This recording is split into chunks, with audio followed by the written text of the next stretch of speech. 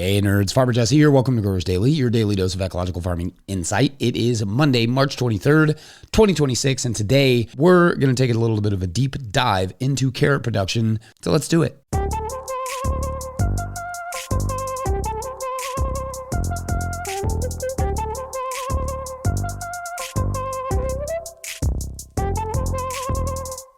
All right, happy Monday, everyone. I hope you all had nice weekends, and I hope you YouTube crowd enjoyed the Sunday treat yesterday, a little potato video. That was fun. Seems like it. You had lots of good comments there. Now, originally for today, we'd planned a full episode. I wanted to try it, and so I did try it, which is why my voice sounds a little bit raspy right now. But about 10 minutes in, I could feel it was just going to be a little bit too much to go that long. So just to be on the safe side, I went ahead and stopped. I can't risk, obviously, losing it again. I mean, the reality is that it's clearly getting better, but it's just going to take a while for it to get fully back to speed. Now, tomorrow we will do another hybrid episode and with some new content for you. But today we're going to just roll with one of my favorite subjects, which is my Seagulls beating Liverpool. Nope, sorry. It's about carrots. So we'll discuss how I grow carrots in clay, making every crop a success, especially carrots, and a little snippet from an old carrot video from 2022. So the sound may be a bit different for that segment, but it should be fun to revisit it. Anyway, enjoy.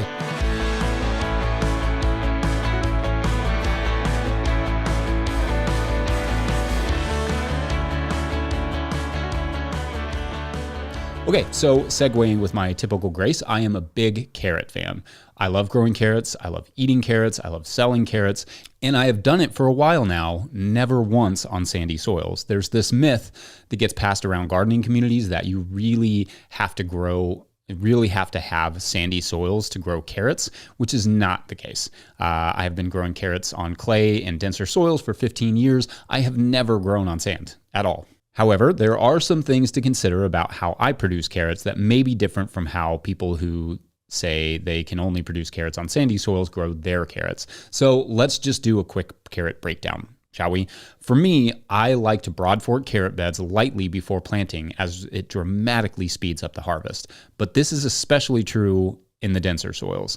I always say you can fork before you plant or you have to fork to get them out. It's your call. But before, to me, is easier and faster. I also like to add, or just already have, at least a thin layer of compost mulch to reduce the competition from weed seed. Weeds are the number one issue with carrot production, and you either need that nice mulch layer or you need to already be well in control of your weeds in the beds that you're planting carrots. The forking can also bring up some weed seed, so that mulch layer helps just reduce the germination of those seeds. I sow the carrots pretty densely, fitting as many rows as I can on our 48-inch wide, 122-centimeter beds. Summer carrot germination is a bit of a different story, as carrots germinate readily in the late winter and spring temperatures and moisture. So I'll save summer carrots for their own segment later, because with the heat and everything and the dryness, it takes a little bit of a different approach. But I get the beds very moist and cover them with row cover and get them to germinate adequately. If it's wet enough, the row cover won't be necessary. Its job is really just to hold in the moisture, but it does speed things up a bit on the temperature side. After 4 days, if not using a mulch, I would flame weed to kill any germinating weeds before the carrots come up, but that's not a requisite if you have the mulch. If you don't, the flame weeding is kind of a requisite. Carrots can get really weedy really quick. Carrot seeds have to stay moist until germination or they will not germinate, or at least not very well. And carrots can take anywhere from 7 days to multiple weeks, depending on how cold it is. Like the carrots that I sow in January can often take a full month. They're just now, in fact, germinating in the tunnel. So that's the basics, and I'll give a more detailed rundown soon when I sow my first field carrots in a few weeks. Mid-March is usually my aim here in Kentucky, Zone 6B. Anyway, as you can maybe tell, all of that is the same as usual, normal carrot stuff. Nothing super complicated there. Watch the video I did on carrots a while back for more details if you need them ASAP. Link is in the show notes. And nothing really changes in the growth. One thing that can happen in clay soils is that they can become waterlogged and rot, which is A, why I like the dense planting to better utilize that water, and B, why I recommend a broad forking and preferably raised beds. They will rot in standing water or mucky clay, and you will see it when the leaves start to yellow. So it is good to raise those beds to just keep them off keep them out of that muck as much as possible. You're better off to harvest them at that point when you start to see that yellowing, or at least harvest the area around the rot, because that rot will spread. Now, the biggest difference comes in the shape and size of the carrots. Carrots grown in sand tend to be bullet straight and bigger. The picture you see on the seed catalogs, that's not what most clay-grown carrots will look like necessarily. They're, let's say, curvier. They often have bumps and slight twists. We still grow pretty straight carrots and we don't lose too many to funkiness, but certainly funkiness happens. Also, because our clay tends to hold its nutrients well, which I talk slightly more about in the third segment, I find the carrots are exceptionally flavorful when grown in denser soils. Harvesting can be more time consuming, as even sometimes after a broad forking in the beginning, they can require a light forking to get them out because the soil is just so dense. This takes up so much time as to almost render carrots not worth growing though. So really take care to prepare the soil first with good compost, perhaps raising the bed again, and a light forking before planting so you can more easily just pull the crop and shove another one in there. That's a typical bed flip, is literally just pull the carrots, plant another crop. Anyway, you too can grow carrots on clay, and should, so long as it drains. If not, then you have to solve that first. Anyway, let me know your thoughts on clay carrots. Today's episode is brought to you by Grown By. Grow smarter with Grown By. The farmer-owned cooperative, Grown By is the platform for online sales of everything. Custom and traditional CSAs, halves of beef, flower bouquets, wholesale to restaurants, and now Grown By supports in-person sales too. With their new app, Grown By Register, you can supercharge your market and farm stand, finally bringing together your online and offline sales and customer data. Grown By is proud to make local food accessible by processing SNAP benefits online and in person right within the app. Grown By helps you to put your best food forward. Schedule a demo today at coop.grownby.com/no-till. That's coop.grownby.com/no-till. All right, back to the show. So the theme of this week is sharing some of the best farming advice myself and others have received, or if not the best, at least some of the farming advice that had an oversized effect on my farm and farm business. Each day I am sharing one technical piece of growing advice and then one bigger piece, one sort of like bigger picture piece. Today's technical piece of advice is one that I still sometimes myself struggle with, but that I view as a simple but critical thing to keep in mind. It is, in short, everything that you plant should succeed. Now, perhaps that seems almost patronizingly simple, but I know that probably every farmer and gardener has gone through a situation where they are just hopefully putting stuff in the ground and not giving that crop the attention it really needs to mature and succeed. Sometimes that may mean bed preparation, like perhaps the bed needed a bit more of a fertilizing compost, or perhaps it needed a broad forking and you just didn't have the time to get to it. Or maybe it's a water dilemma where you don't really have the right amount of drip tape to cover the bed, or the sprinklers you're using are old and clogged and you just haven't fixed them. You haven't had time to fix them yet, or money or whatever. It is very easy to seed it and forget it, where you sow a bed to a specific crop and then just go on to something else without making sure that crop is entirely set up to germinate and succeed because you've got a million other things to do, which I feel you. Then what you find is that, well, that crop doesn't do that well. Sowing it was ultimately a waste of time, and then you either have to weed the fire out of it to find your carrot, or you don't get much of a yield. Carrots are a great example of a crop that this happens to a lot because carrots take so long to germinate.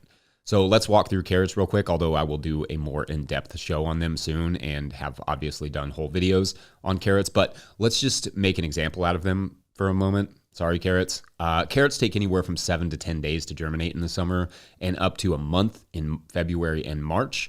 And because they take that long, bed prep for carrots must be done thoughtfully to avoid weedy issues. In fact, deep compost mulching has been huge for our carrot production. I don't love it for every crop, but the weed suppressing ability of loose mulch like that makes it perfect for carrot seeds. Perfect, that is, so long as you keep the bed and seeds moist. Because with the long germination time of carrot seeds, it's not just a matter of getting them wet and waiting 7 days, it's getting them wet and keeping them moist until they germinate, like literally when you see the germs, which could easily be 2 weeks. I often say if we graded vegetable crops by difficulty level, carrots would probably be in the most or the second most difficult category for that reason. Many demerits for their slow germination and susceptibility to weeds, and then below ground issues like moles, voles, and carrot maggots. It's a hard crop to grow. Sometimes the amount of attention or thoughtfulness or strategy required to simply get the carrots to germinate just gets pushed to the wayside because you don't have time to tend to them. And that goes for a lot of crops. I saw a farmer recently sowing lettuce in August and just hoping it would germinate because sometimes it works. But hope, and quote unquote, sometimes it works, are not strategies for success. And in fact, I'll discuss hope at the end of this episode today. But for lettuce to germinate, the soil temperatures have to be below 75 degrees Fahrenheit or 23.5 degrees Celsius, which if I ever get the Celsius wrong, just let me know because I'm just kind of like Googling it real fast. Otherwise, the seeds go into thermodormancy, meaning it isn't going to happen in the summer without some specific techniques, and you've just wasted some time by planting them. That said, I want to announce here and now that I am hardly perfect. Just for the record. Stuff fails at my farm every season, but it usually fails because I have opened up too much land, or I'm trying too many different varieties, or just growing too much for the number of people on my farm to effectively manage. So effectively, when I do that, I'm not managing any of it well. Crop failures are not just about that crop, though. Crop failures ripple out in every direction. Indeed, for every failed crop, there are at least a couple of others who were also neglected as a result of not having enough time because you were just spread thin. Growing a basic garden with a few crops is not super complicated, but every crop does have its own needs. All plants need relatively loose, fertile soil, adequate water, sunshine, and need to be planted at the right time. But what that right time is will depend on the crop. How it needs to be germinated and the depth at which it needs to be planted differs by species. Some crops need pest protection right from the jump, but not all plants need the same pest protection at the same time. Some crops can be watered from above while others cannot because of diseases, foliar diseases in particular. But if you're managing like 60 crops, it's hard to give them all exactly what each one needs individually. Having a variety of meh crops on your market table has less value than having 6 or 7 beautifully well-grown crops. Diversity is important, but you can get a lot of diversity with just a handful of crops. Less is more, sure, but also less needs to be conquered before more can even be considered. I feel like Ben Hartman's books have talked about this idea of making sure what you plant succeeds a lot, and I recommend all of them. His latest one is really good for the micro scale, and I'll put a link in the show notes. Actually, no wonder it's good for the micro farm. It's called the Lean Micro Farm. Yeah, it's a good one. Again, I'll make sure to put a link for that in the show notes. Anyway, you will have failures. And when you do, it's good to ask yourself what went wrong for that specific crop, and also ask yourself what it would take to fix it. If the cost of fixing that one failure is more than the amount of money you will earn from it, what you will net from it specifically, like how much you will profit from it, or the amount of value it has to your diet or family, it may be worth just nixing that crop and either growing something else in its place or shrinking the space you're using. We don't need to grow everything that we want to eat on our farms. Split that work with other farms that do it better or are set up with the equipment to do it better. Either on purpose or by happenstance, this can work out. You may go to the farmer's market and see someone has really nice cucumbers on their table every week, and conversely, you have a small city of cucumber beetles at your farm.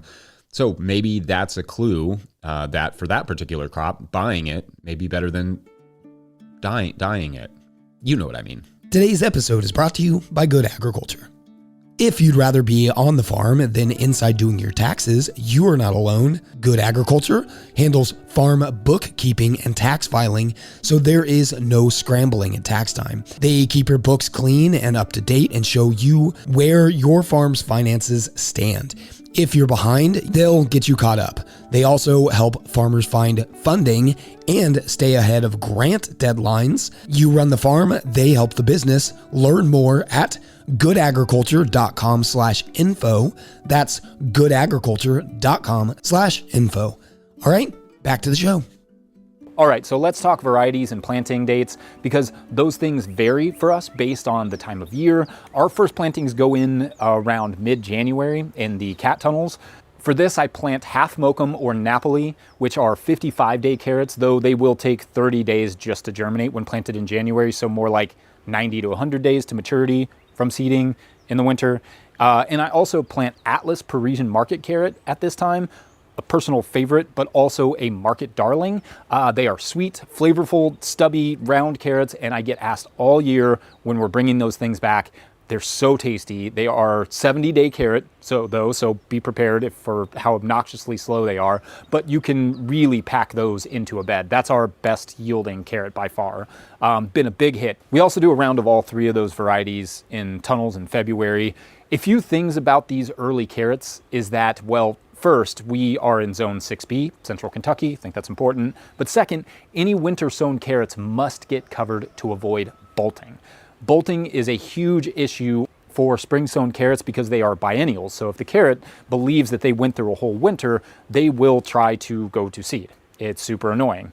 And when they bolt or flower, they become possibly a cut flower, which we don't sell flowers. It's not really helpful for us. And it's not really possible to save the seed either, because at least for us, this is the time when Queen Anne's lace or wild carrot is flowering. So yeah, crossing is likely and bolting is no good. Got to cover them. Also, I personally do not try to speed up the germination at all. I've not rigorously tested this, but from my experience, the slower they are to germinate in the colder time periods, like the winter, the less likely the early carrots are to bolt. But like I said, that's not science. That's just my experience.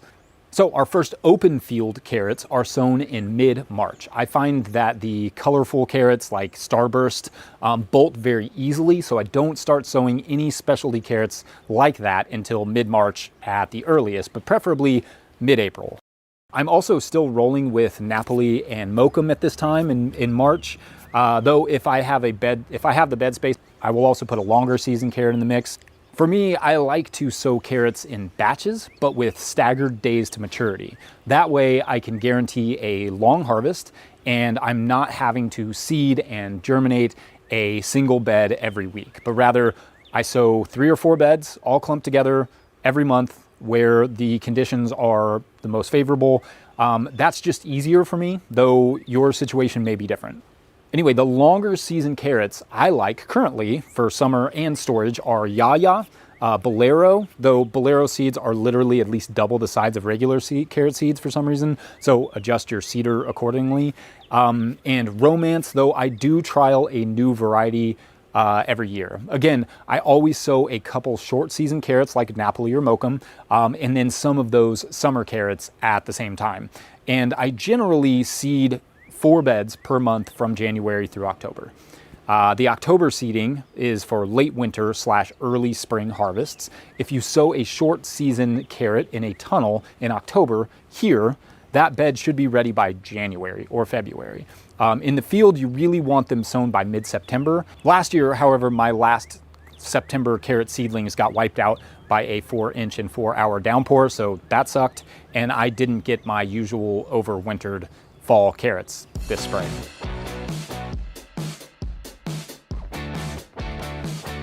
As they grow, pull a carrot from time to time just to check and monitor growth, and if your soil prep was decent, they should just pop out of the soil.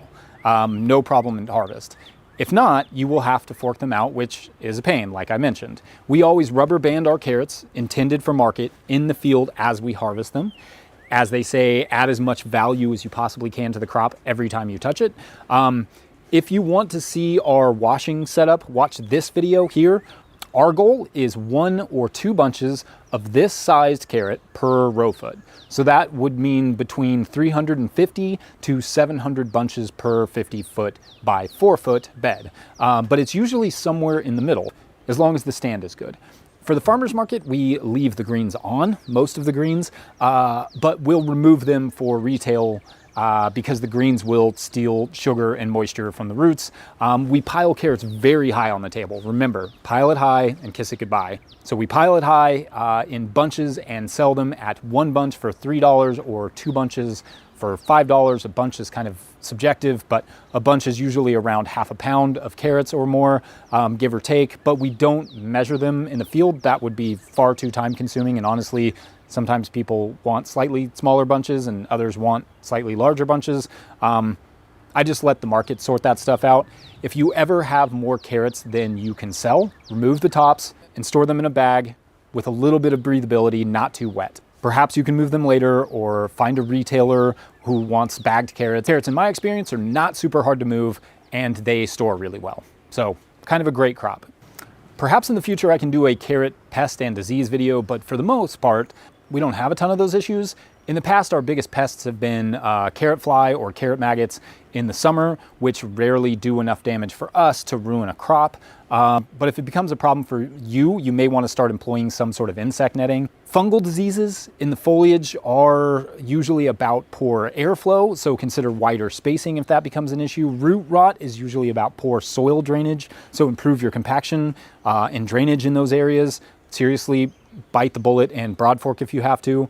You can usually see the issues in the foliage as they will appear stunted and yellow. Again, maybe as I come across carrot issues, I can piece together footage for a more helpful compendium. There is so much more I could say about carrots, but I think for now I will wrap it up there and let you all say everything else in the comment section.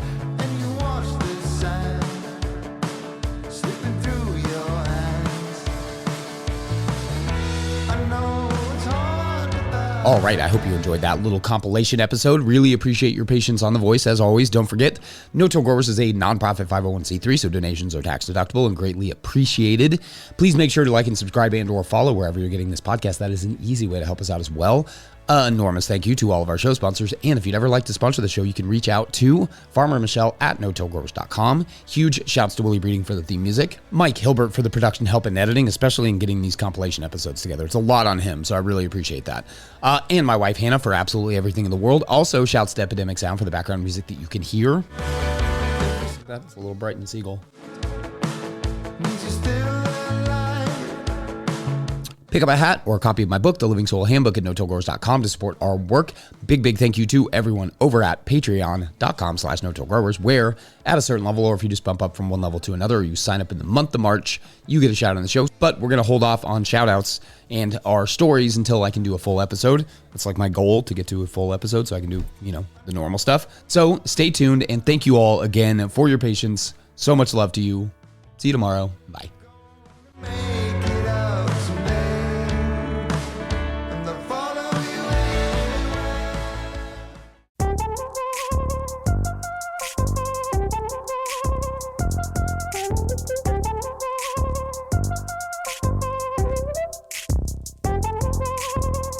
Every day, excessive delays and denials from big insurers keep patients from accessing the care they need. And when care is urgent, these delays can be disastrous. These practices cost billions in wasteful spending, driving up costs for American families. But while big insurers put up barriers, America's hospitals and health systems are in your corner, navigating endless reviews and appeals to get you the care you need when you need it most. It's time to curb these harmful practices and put the focus back on patients. Brought to you by the Coalition to Strengthen America's Healthcare.